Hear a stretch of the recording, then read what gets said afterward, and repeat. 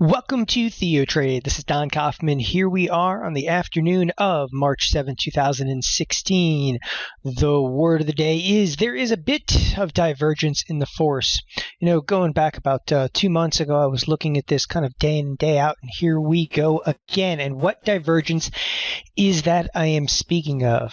Take a look at the S&P futures right now. They're up some 350. Now, we still have about 15-20 minutes to go in the trading session. But with that, the S&P futures, if you're looking at this in the after hours, which you will be, you're like, oh, nothing happened in the market today. But I think there's more than kind of meets the eye. So we're actually seeing the S&P futures up a whopping 3. The NASDAQ futures are down 21. Okay. Then we look at the Russell and it's up 10. Russell up 1%, NASDAQ down 0.5%. The S&Ps don't know what to ultimately do over here. Where the weakness really is inside of the NASDAQ, okay, it's the large cap stocks over here, what some people refer to as FANG stocks. I'm disgusted at myself for even having said it. Facebook down almost 2.5% today. Apple down just over 1%. Netflix is getting smacked like it was weeks ago in the midst of volatility. Google now down over 2.25% over here, and Amazon down 2%. That is actually surprising me that the NASDAQ is only down a total of 0.5%. So for that, I bring you over to advanced decline line. So this is the advanced decline line in the S&P 100. It is unchanged. So why are the S&Ps still up? What's going on inside of the NASDAQ over here? And to dig a little bit deeper, and again, this is a little bit more of, I would say, the obvious over here. It's all about the energy sector today. Okay. So if you took a look at oil, it's up $2. In the shortest duration, I'm absolutely bearish in there. I mean, oil has exploded to the upside over there. No pun intended, and yet none needed in many of those cases. But oil is, roughly speaking, exploded to the upside. Most of the energy stocks have, and that's actually what's fueling even a little bit of the NASDAQ. Yeah, some of the oil stocks are inside of the NASDAQ over there. And last but not least, in the advanced decline line over here, let's actually look specifically at the NASDAQ 100, because again, you're getting some of the largest market caps in the NASDAQ 100, and they're getting slapped back. Again, you got, 2+% on Facebook, Apple's down over 1%, Amazon, Google, as I mentioned, I know, all the FANG stocks, but, okay, this is a little bit of like a contrarian perspective. There's actually more advancing stocks than declining stocks inside of the NASDAQ. So what I bring to you is this, okay? This is, by the way, the S&Ps on the trading day over here. We started out of the gate a little bit weaker, got stronger, faded, got a little bit stronger, fading a little bit towards the close over here. Nothing, though, really to speak of in terms of volume. The S&Ps, okay, those futures are going to do like 1.5 million plus contracts today. That's light. There's not a lot of action going on over there. The Russell is actually leading the way.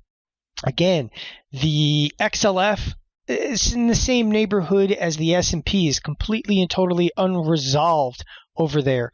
So, time out. Where do we go from here? Why bother showing this divergence, okay, of some of these very large market cap stocks? So for this, let us go over to Google, which is in fact breaking down a bit today.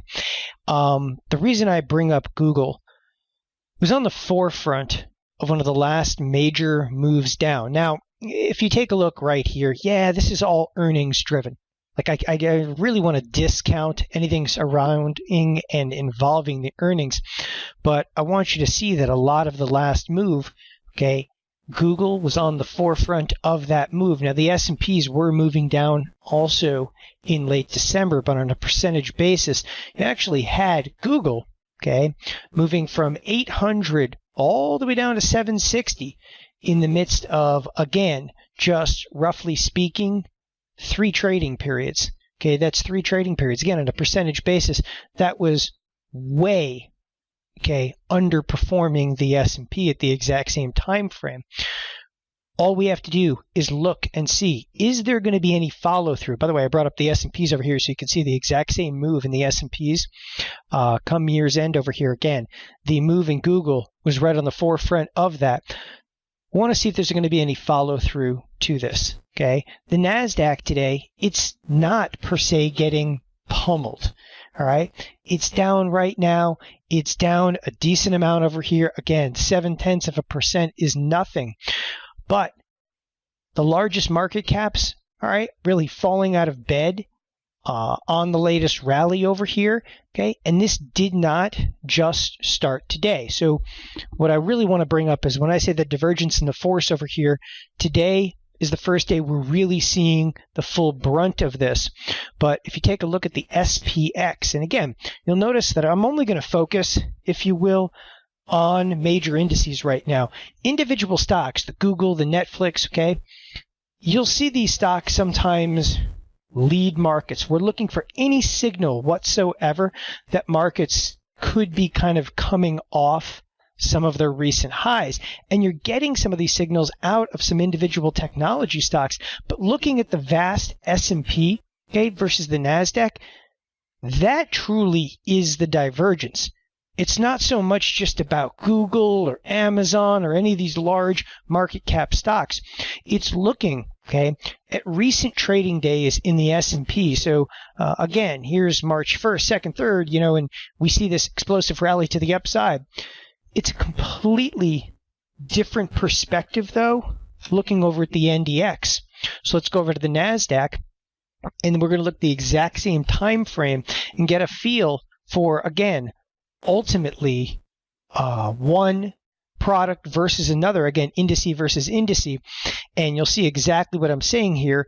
The last day of the NASDAQ, of course, rally, really an explosive rally, don't want to take that away from it, was on March 1st. Okay, we've actually had now effectively 4 trading days where we've actually today eventually sold off a bit, but we for the most part topped out, okay, last Friday, but coming off. This product is no longer rallying. We want to see if there's going to be any follow through to the downside in the NASDAQ inside just the next few trading days. The markets right now, if they feel like a little unstable, we just had this huge rally. Lots of traders, of course, right now are thinking to themselves, and and investors alike, was that it? Was that all the volatility that we were going to see? I mean, you really have to be asking yourself that inside of the S&Ps right now. Okay, we got crushed in the first 2 months of the year. We've bounced back up phenomenally over here. So now everybody's kind of sitting there. Whoa, what's the next move going to be? And the markets are feeding off of any catalyst that can possibly grab onto any piece of news announcement over there. We have a big piece of news, of course, coming on Thursday, which is the ECB. All right, that's the European Central Bank. I'm not sure the market's going to hold up that long. All right, want to look for any continued weakness in the NASDAQ. But the other area I am, of course, looking at would also be the Russell. Because in talking about an explosive up move over here, the Russell is still up, again, a full % today, and is actually seeing pretty monstrous follow through the recent rally over here. So there is this huge, again, divergence of what's going on inside of the index products. Technology weak, Russell extremely strong. The S&Ps are ultimately caught in the middle of it. I mean, what does it leave us with? It leaves us with the ability to, number one, sell premium. Number two, I'm not jumping on short positions in Google and Amazon right now. They're already down. In fact, okay, ironically, I've already got positions in many of these underlyings. You can see I've actually got a short position in Facebook. It's up some 25%. I've got a short position in Apple. It's working a little bit. I've actually got a short position in Amazon. Now that one's coming back to favor. I've still got a long way to go in there. So I've already got existing positions. And with moves like this, you have to have positions on. No reason to sell into a marketplace that's already down, for instance, 2+%. What I am considering doing, though, is looking at positions now, even in the Russell product. So in the next day or so, look for me to be placing trades in the IWM. Now, I've got a small, like, little intraday trade in the IWM right now, but look for me to add to positions inside of the Russell.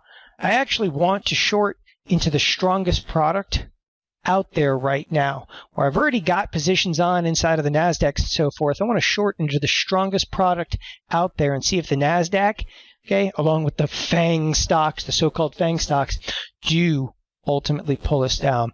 With that, again, this Wednesday, do not forget, this Wednesday, I will be doing none other than an iron condor class over here. I just want to bring it back up for everybody, go through it. If there's questions, if there's comments, feel free, email us, support@TheoTrade.com. Everybody that's a member of TheoTrade is invited to the class. If you're not a member of TheoTrade, the class is Iron Up, Iron Condors for you and me. It's, again, Wednesday, March 9th at 8 p.m. Eastern Time.